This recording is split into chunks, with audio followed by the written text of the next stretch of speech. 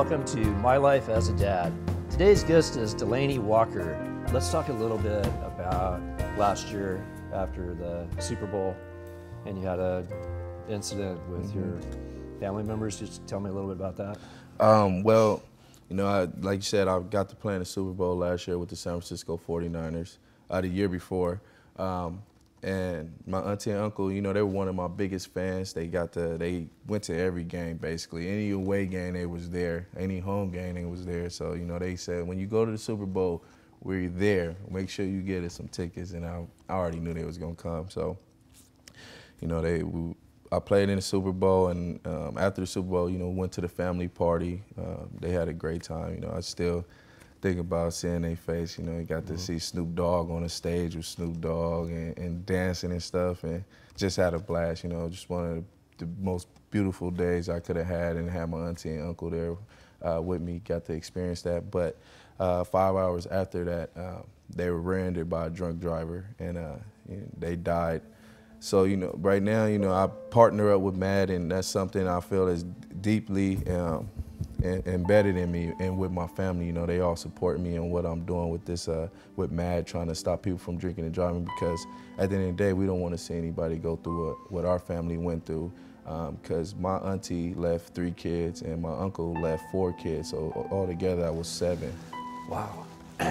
And you never know when it can happen to you. So, you know, I look at life a little different with my son, because I do play a sport where you can be injured or even killed in this kind of sport that I play. So I take every day, you know, just one day at a time, trying to make sure that he understands I love him and I'll always be there for him. And does he fully comprehend everything that happened to your aunt and uncle? Have you had those conversations with him, or? Yeah, I was kind of surprised that he understood it. You know, it hit him. You know, he called me. He was crying, and I was like, "Why are you crying?" He was like, "Peaches died." I'm like, and it kind of hurt me. You know, made me sad, because I didn't think he understood what was happening, but he did. He was crying, and he wanted to see me and talk to me, and I was out here, and you know, he came to my grandma's house, and he was just upset, you know, and it shocked me actually that he was so young, but he understood what was happening.